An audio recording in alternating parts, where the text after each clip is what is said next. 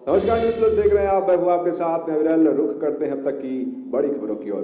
कानपुर में बुधवार दोपहर कोविशील्ड वैक्सीन की पहली खेप मुंबई से फ्लाइट से कानपुर पहुंच चुकी है। एयरपोर्ट पर अपर निदेशक चिकित्सा स्वास्थ्य एवं परिवार कल्याण डॉक्टर जी के मिश्रा ने वैक्सीन रिसीव की। देखते हैं ये रिपोर्ट।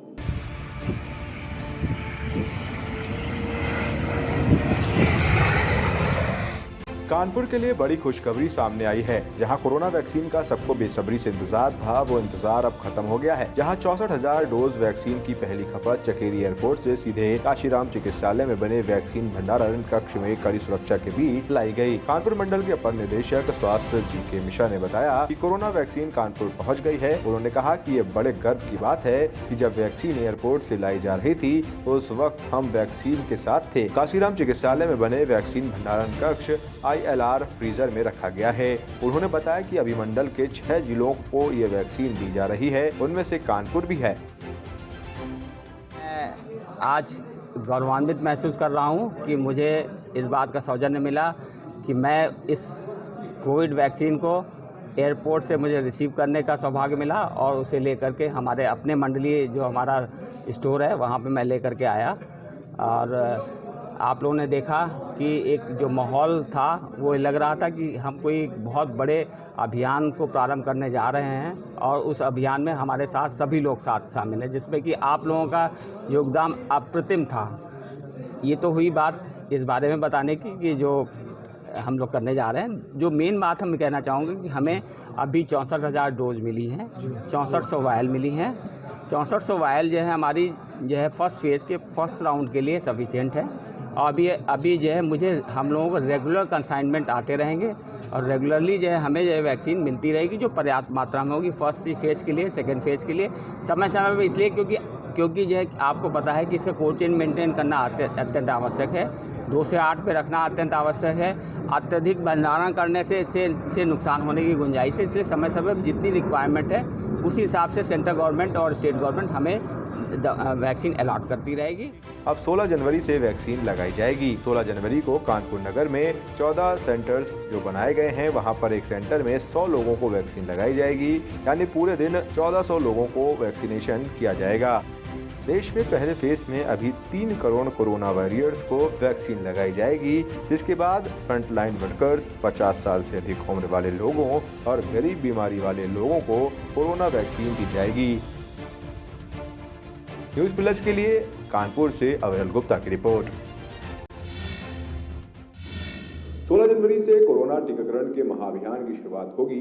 इसी को लेकर न्यूज़ प्लस के संवाददाता अभिषेक पांडे ने अपर मुख्य चिकित्सा अधिकारी डॉक्टर महेश सिंह से खास बात की। कोविड वैक्सीन की पहली खेप कल राजधानी लखनऊ पहुंच चुकी है और इसको खुद स्वास्थ्य मंत्री जय प्रताप सिंह ने रिसीव किया है और 16 जनवरी से इस महाअभियान की शुरुआत होगी। ऐसे में अब सवाल ये उठता है कि यहाँ से डिस्ट्रीब्यूशन वैक्सीन का किस तरीके से होगा, सुरक्षा के लिए क्या मापदंड अपनाए जाएंगे। इन सारे मुद्दों पर बात करने के लिए हमारे साथ मौजूद हैं अपर मुख्य चिकित्सा अधिकारी doctor MK Singh ji. Sir, कल पहली खेप राजधानी पहुंची है। अब पहला स्टेप तो हम लोग क्लियर कर चुके हैं, अब दूसरा स्टेप क्या रहेगा, किस तरीके से वैक्सीन का डिस्ट्रीब्यूशन होगा, क्या किस सुरक्षा के मापदंड अपनाए जाएंगे, इसके बारे में जरूर बताइए। देखिए, स्टेट वैक्सीन स्टोर से हमारे इस डिस्ट्रिक्ट वैक्सीन स्टोर में जो ऐशबाग में स्थापित है, हम वैक्सीन जो है वो प्राप्त करेंगे लखनऊ जनपद के लिए। और लखनऊ जनपद से 21 कोल्ड चेन पॉइंट है जहां पर वैक्सीन का ट्रांसपोर्टेशन यहां से किया जाएगा। और उन 21 कोल्ड चेन पॉइंट से जो 61 स्थान चिन्हित किए गए हैं टीकाकरण के लिए, वैक्सीनेशन के लिए, कोरोना वैक्सीनेशन के लिए जो 61 स्थान चिन्हित किए गए हैं, इन 21 जो चिन्हित हमारे कोल्ड चेन पॉइंट है वहां से वैक्सीन का डिस्ट्रीब्यूशन किया जाएगा। सर, सुरक्षा के मद्देनजर किन किन चीज़ों पर ध्यान दिया गया है? देखिए, सुरक्षा के मद्देनजर CCTV कैमरा, सिक्योरिटी के लिए सिक्योरिटी फोर्सेज, हमारे पुलिस कर्मी लगे हुए हैं लगातार 24 घंटे तक, जो है 24 घंटे लगातार राउंड द क्लॉक वो जो है सिक्योरिटी में लगे हुए। और इनको जो है वो 2 दिन पहले से ही लगातार लगे हुए हैं। और ये जो यहाँ पर वैक्सीन रखी जाएगी उसके सिक्योरिटी मेजर के लिए जो है ये लोग यहाँ पर तैनात हैं। सर, अगर बात करें डिस्ट्रीब्यूशन की, तो डिस्ट्रीब्यूशन के लिए क्या क्या चीज़ें ज़रूरी पड़ेंगी, उनको किस तरीके से वैक्सीन यहाँ से उन सेंटर तक पहुँचेगी? देखिए, डिस्ट्रीब्यूशन के लिए हमारे पास कोल्ड बॉक्सेज हैं, हमारे पास आइस पैक हैं और हम उन्हीं कोल्ड बॉक्सेस में आइस पैक लगा के वैक्सीन का ट्रांसपोर्टेशन करेंगे, जिससे कि 2 से 8 डिग्री सेंटीग्रेड पर जो वैक्सीन को रखना है वो टेम्परेचर जो है वो मेंटेन किया जा सके और उसकी गुणवत्ता बरकरार रहे। सर, सेंटर्स पर जो वैक्सीन जाएंगी क्या वो एक दिन पहले पहुंचेगी या उसी दिन पहुंचेंगी? ये हम एक दिन पहले अपने कोल्ड चेन पॉइंट जो 21 मैंने आपको बताया वहाँ पर हम एक दिन पहले पहुँचाएंगे, और जिस दिन टीकाकरण होना है उस दिन इन 21 कोल्ड चेन पॉइंट से 61 स्थानों पर वैक्सीन को भेजा जाएगा। सर, 16 जनवरी से इस महाअभियान की शुरुआत की जा रही है और पहली खेप जब राजधानी पहुंची है उसके बाद अब किन चीज़ों पर सबसे ज़्यादा ध्यान देने की ज़रूरत है, इसको भी ज़रूर बताइए। देखिए, ऐसा है कि हम लोग ऑलरेडी ड्राई रन कर चुके हैं 11 तारीख को, और 61 स्थान पर 217 का हम लोगों ने एक सफलतापूर्वक ड्राई रन किया हुआ है। हमारे माइक्रो प्लान्स तैयार हैं, हमारे हेल्थ केयर वर्कर्स जिनका डाटा कोविन पोर्टल पर अपलोडेड है, और बेनिफिशियरीज किस यूनिट में कितने हैं उसके हिसाब से हम लोगों ने माइक्रो प्लान तैयार किया हुआ है। तो सारी चीज़ें तैयार हैं, माइक्रो प्लानिंग तैयार है, रूट चार्ट तैयार है। हम लोग उसी हिसाब से जो है प्रत्येक सत्र पर कितने वैक्सीनेटर लगने हैं और प्रत्येक टीम में कौन कौन से लोग लगेंगे, कांस्टेबल का नाम, मोबाइल नंबर, आंगनवाड़ी कार्यकर्त्री का नाम, मोबाइल नंबर जो V2 का काम करेंगी, V3 में हमारे वैक्सीनेटर होंगे, V4 और V5 में आशा और होमगार्ड होंगे, उनके भी जो नाम और मोबाइल नंबर, और V6 हमारे एडिशनल वैक्सीनेटर हैं। इन सभी को हम इंटीग्रेटेड कंट्रोल कमांड सेंटर से कॉल करा रहे हैं और उनको पहले से ही अवगत करा दे रहे हैं कि आपको जो है आपकी ये ड्यूटी है और आपको अमुक स्थान पर पहुंचना है। तो ये थे हमारे साथ ACMO doctor MK Singh ji, जिनका साफ तौर पर ये कहना है कि पूरी तरीके से जो रोड मैप है वो तैयार कर लिया गया है और अब इस महाअभियान की शुरुआत 16 जनवरी से हो रही है। उसके लिए भी सारी चीज़ें बेफिक्री से तैयार हैं और अब सबसे बड़ी बात ये है कि जब भी इस टीकाकरण अभियान की शुरुआत होगी तो किस तरीके से जनता को उसका फ़ायदा पहुँचेगा ये देखने वाली बात होगी। राजधानी लखनऊ से न्यूज़ प्लस के लिए अभिषेक पांडे। हिंदू धर्म में मकर संक्रांति का बहुत महत्व है। इस दिन जप, तप, स्नान और दान करने से विशेष लाभ मिलता है।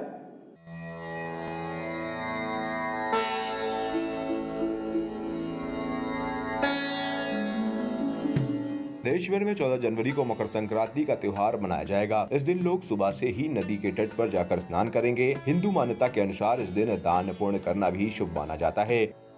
इस दिन लोग सुबह उठकर स्नान ध्यान करते हैं। नदी तट पर स्नान करना भी शुभ माना जाता है। इसके बाद लोग भगवान सूर्य की पूजा करते हैं, साथ ही साथ दान पुण्य भी करते हैं। इसके अलावा इस दिन तिल का लड्डू भी खाया जाता है। इस दिन लोग अपने परिवार जनों की लंबी आयु की कामना भी करते हैं। पंचांग के अनुसार 14 जनवरी को मकर संक्रांति का पर्व है। इस दिन पौष मास की शुक्ल पक्ष की प्रतिपदा तिथि है। इस दिन श्रवण नक्षत्र रहेगा। कहा जाता है कि भगवान विष्णु ने पृथ्वी लोक पर असुरों को मारकर उनके सिर को काटकर मंदरा पर्वत पर गाड़ दिया था। ये मकर संक्रांति के दिन हुआ था। तभी से भगवान विष्णु की इस जीत को मकर संक्रांति पर्व के रूप के तौर पर मनाया जाने लगा। कुंभ का पहला पावन स्नान 14 जनवरी को मकर संक्रांति के अवसर पर किया जाएगा। वहीं कुंभ का आयोजन इस बार हरिद्वार में होगा। ऐसा कहा जाता है कि मकर संक्रांति पर कुंभ स्नान करने से काल, सर्प दोष और पितृदोष का प्रभाव कम होता है। मकर संक्रांति के दिन सूर्य देव प्रातः 8:20 के करीब धनु राशि से मकर राशि में प्रवेश करेंगे। पंचांग के अनुसार मकर संक्रांति का पूर्ण काल सूर्यास्त तक बना रहेगा। Bureau report, news plus. Makar Sankranti के मौके पर लोग गंगा नदी में आस्था की डुबकी लगाते हैं। इसी को लेकर पुलिस प्रशासन ने कई दिशा निर्देश जारी किए हैं। किस तरीके की कानपुर पुलिस प्रशासन ने दिशा निर्देश जारी किए हैं, देखते हैं अपनी इस रिपोर्ट में।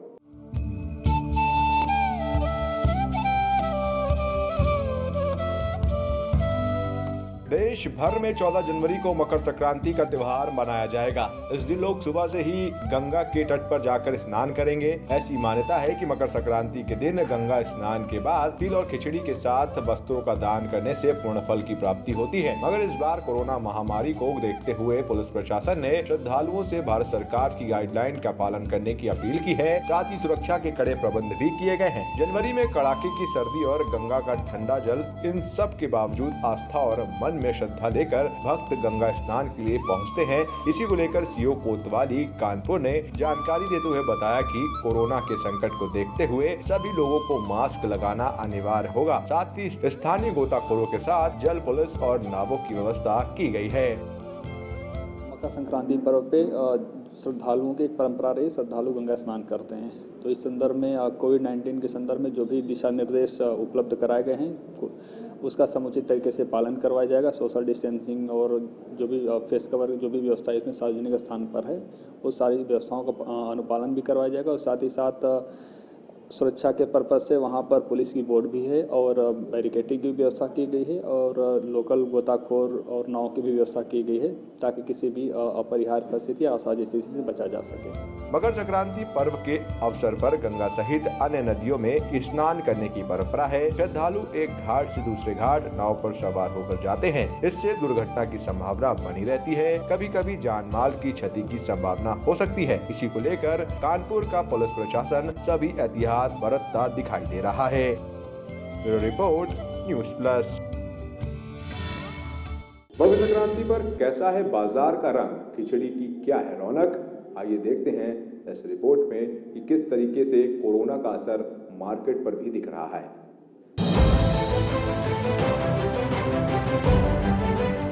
कोरोना का असर मकर संक्रांति पर छाया हुआ नजर आ रहा है। नया साल आ गया है और अब मकर संक्रांति के त्योहार का मौसम भी शुरू हो चुका है, पर बाजारों में वो रौनक नहीं नजर आ रही है। बाजारों में खरीद और बिक्री दोनों पर ही असर साफ नजर आ रहा है। तिल, रामदाना, लैया के लड्डुओं और पापड़ के दाम आसमानों को छू रहे हैं।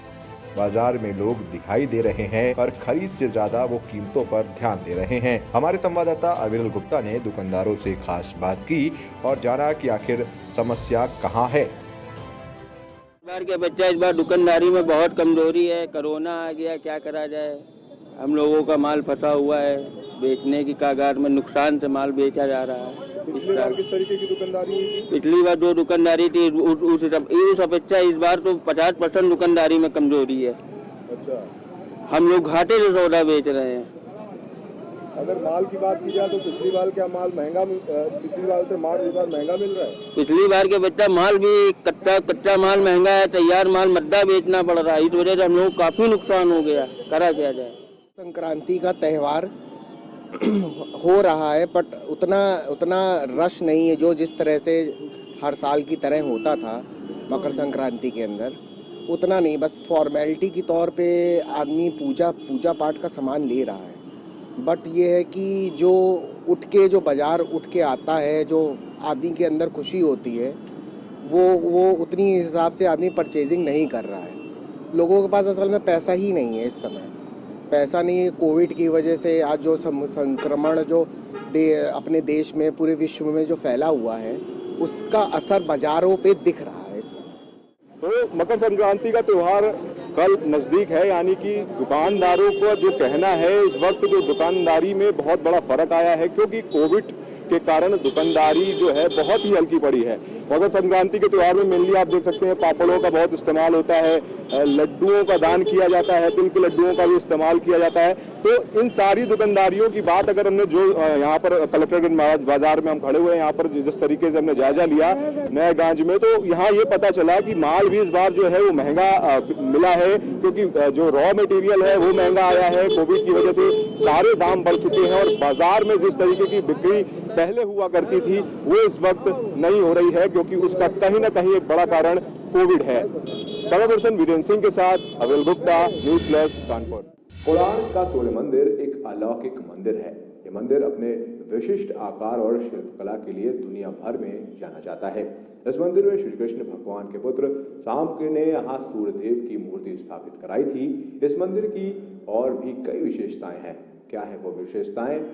क्या है कोणार्क मंदिर का धार्मिक और ऐतिहासिक महत्व? जानते हैं इस स्पेशल रिपोर्ट में।